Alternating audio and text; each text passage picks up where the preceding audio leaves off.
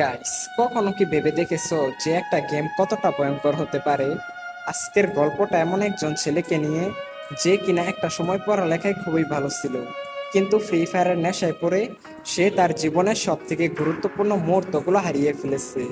ছেলেটা কি এমন করেছিল, আর ছেলেটার ভুল কি ছিল? গাইস, বিশ্বাস করো, এই গল্পটা শোনার পর তোমার চোখের পানি তুমি ধরে রাখতেই পারবে না। তো চলো আজকের গল্পটি শুরু করি। সুহান ছিল ঢাকার মধ্যবিত্ত পরিবারের ছেলে। ক্লাস 10-এ পড়ে। পড়াশোনায় খুবই ভালো।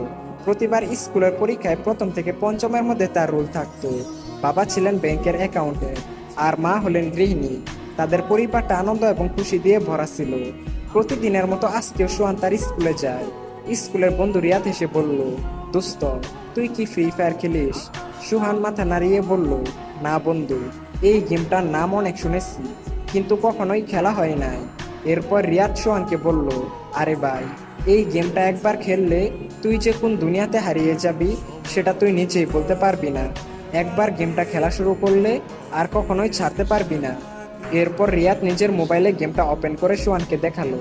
গেমের সুন্দর লবি, গুলি চালানোর আওয়াজ আর গ্রাফিক্স সব মিলিয়ে সোহানের ভিতরে গেমটা খেলার জন্য এক ধরনের উত্তেজনা সৃষ্টি হয়।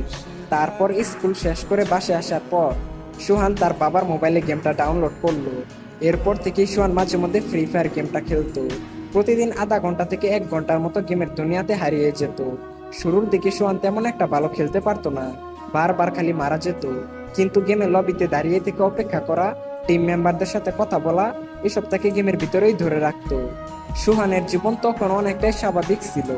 স্কুল থেকে বাসায় আসার পর হালকা পড়াশোনা, পরিবারের সঙ্গে সময় কাটানো, মাঝে মাঝে বন্ধুদের সঙ্গে মাঠে ফুটবল খেলা, এসবই ছিল তার নিত্যদিনের কাজ। প্রথম দিকে গেম খেলাটা ছিল শুধুমাত্র বিনোদনের জন্য, কিন্তু সময়ের সাথে সাথে গেমের প্রতি আগ্রহ দ্রুত বেড়ে গেল। রাতের বেলা মা ডাকলে সে বিরক্ত হতো, এই তো মা, শেষ ম্যাচ। কিন্তু সেই শেষ ম্যাচ আর শেষ হতো না। আর আস্তে আস্তে সোয়ানের খেলার সময় বাড়তে লাগলো। 1 ঘন্টা থেকে 2 ঘন্টা, তারপর 3 ঘন্টা। গেমের প্রতি আগ্রহ এতটাই বেড়ে গেল যে সময় কোন দিক দিয়ে যাচ্ছে সেটা সে বুঝতেই পারতো না। প্রথম দিকে সে বলতো কিছুদিন গেম খেলে তারপরে গেম খেলা কমিয়ে দিব, কিন্তু তার কথা মতো না হয়ে গেম খেলার সময় আরো বেড়ে গেল। স্কুলে ক্লাসে সে মনোযোগ দিতে পারতো না। বই খুলে ফ্রি ফায়ারের ম্যাপ দেখতে পারতো, বইয়ের মধ্যে চোখ থাকলেও মনোযোগ পড়াশোনায় থাকতো না। গেমের নতুন আপডেট এবং র্যাঙ্ক স্কোর কিভাবে বাড়ানো যায় সেটা নিয়েই সবসময় চিন্তা করতো। তার বাবা মা প্রথম দিকে কিছুই বুঝতে পারেননি, ভাবলেন হয়তো একটু সময় কাটাচ্ছে। সুহান পড়ালেখায় সময় না দিয়ে এই ফ্রি ফায়ার গেমের পিছনে সময় দিতে লাগলো। তার স্বপ্ন হয়ে উঠলো সে একদিন ফ্রি ফায়ার গেমটার মাধ্যমে অনেক বড় ইউটিউবার হবে, এবং তার কাছে বিবেচও থাকবে, আর সবাই তাকে গেমের মধ্যে অনেক সম্মানও করবে। স্কুলের সময় হলে সে স্কুলে না গিয়ে বিভিন্ন জায়গায় বসে ফ্রি ফায়ার খেলতো। কিছুদিন পর সোহানের মা তাকে ধরে বলল, বাবা, এত গেম খেলছিস কেন? চোখের সমস্যা হয়ে যাবে তো, পড়াশোনার অবস্থা তো খুবই খারাপ হয়ে যাচ্ছে। সোহান জবাব দিল, মা, আমি সবকিছু সামলাতে পারবো, কোনো সমস্যা নেই। কিন্তু সোহানের মা ঠিকই বুঝতে পারলো তার ছেলে এখন অনেকটাই বদলে গেছে। আগে যেমন তার ছেলের মুখে সবসময় হাসি খুশি থাকতো, কিন্তু এখন তার ছেলে পুরোপুরি চুপচাপ, কখনো রাগ করতো, কখনো মনমরা হয়ে বসে থাকতো। এদিকে সোহান নিজের রুমে গিয়ে দিনের পর দিন এই গেমটার পিছনে সময় দিতে লাগলো। গেমের প্রতি আসক্তি এতটাই বেড়ে গেল যে প্রতিদিন 15 থেকে 18 ঘন্টার মতো র্যাঙ্ক পুশ করত। আর সেই কারণে আস্তে আস্তে সোহানের শারীরিক এবং মানসিক অবস্থার পরিবর্তন ঘটতে লাগলো। সারা রাত র্যাঙ্ক পুশ করার কারণে সকালের দিকে সোহানের চোখগুলো লাল হয়ে যেত। স্কুলে মনোযোগ নেই। শিক্ষিকা বললেন, সোহান, এত মনোযোগ হারাচ্ছিস কেন? সোহান কোনো উত্তর দিল না। সোহান রাতেও গেমটা খেলতে লাগলো, এমনকি রাত 2টা থেকে 3টায় ঘুমাতো। সোহানের ঘুম কম হতে লাগলো, আর সেই কারণে মুখ ফ্যাকাশে হয়ে যেতে শুরু করলো। আর অতিরিক্ত গেম খেলার কারণে মাঝে মধ্যে সোহানের চোখ দিয়ে পানি পড়া, মাথা ব্যথা, চোখে কম দেখা, আরো বিভিন্ন ধরনের মানসিক সমস্যার সৃষ্টি হতে লাগলো। সুহান এই সব কিছু বুঝতে পেরেও কাউকে কিছুই বলতো না। তোমরা আগে হয়তো জেনেছো, সুহান একজন মেধাবী ছাত্র ছিল। সে আগে পরীক্ষায় ভালো রেজাল্ট করতো, কিন্তু এখন সে ফ্রি ফায়ারের নেশায় পড়ে আসক্ত। স্কুলের পরীক্ষা কাছে চলে আসলেও সুহান কোনো প্রস্তুতি নেয়নি।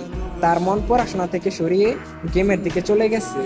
এরপর কিছুদিন পর যখন পরীক্ষার রেজাল্ট আসে, তখন সোহানের রেজাল্ট আসলো ফেল। শিক্ষক ডাকলেন তার মা বাবাকে আর বললেন, আপনার ছেলে এখন আর পড়াশোনায় মনোযোগ দিচ্ছে না, সারাক্ষণ ক্লান্ত, মনোযোগহীন। আপনার ছেলের দিকে একটু খেয়াল রাখুন। সোহানের বাবা তার ছেলের এরকম রেজাল্ট দেখে অনেকটাই হতাশ হয়ে যায়। এরপর সোহানের বাবা তার ছেলের হাত থেকে মোবাইলটি নিয়ে বলল, আজকে থেকে তোর মোবাইল টিপা একদম বন্ধ। সোহান তার বাবাকে বলল, এটা কখনোই সম্ভব না। এরপর সোহান উল্টা তার বাবার হাত থেকে মোবাইলটি নিয়ে তার রুমের মধ্যে গিয়ে দরজা লাগিয়ে দিল। যেই সোহান এক সময় তার মা বাবাকে সম্মান করত, শ্রদ্ধা করত, সেই সোহান এই গেমের নেশায় পড়ে তার বাবার সাথে এইরকম একটা ব্যবহার করলো। সোহানের বাবা তার ছেলের এইরকম আচরণ দেখেও কিছুই বলল না, কারণ সোহানের বাবা তার ছেলেকে অনেক বেশি ভালোবাসতো। কিন্তু সোহানের এইরকম আচরণ দেখে সোহানের বাবার কষ্টে বুকটা ফিরে যাচ্ছিল। বস, এটা তো মাত্র শুরু। সোহান গেমের আসক্তিতে পড়ে এমন কিছু কাজ করে যেটা তোমরা কল্পনাই করতে পারবে না। এরপর থেকেই সোহান স্কুলে যাওয়া বন্ধ করে দিল।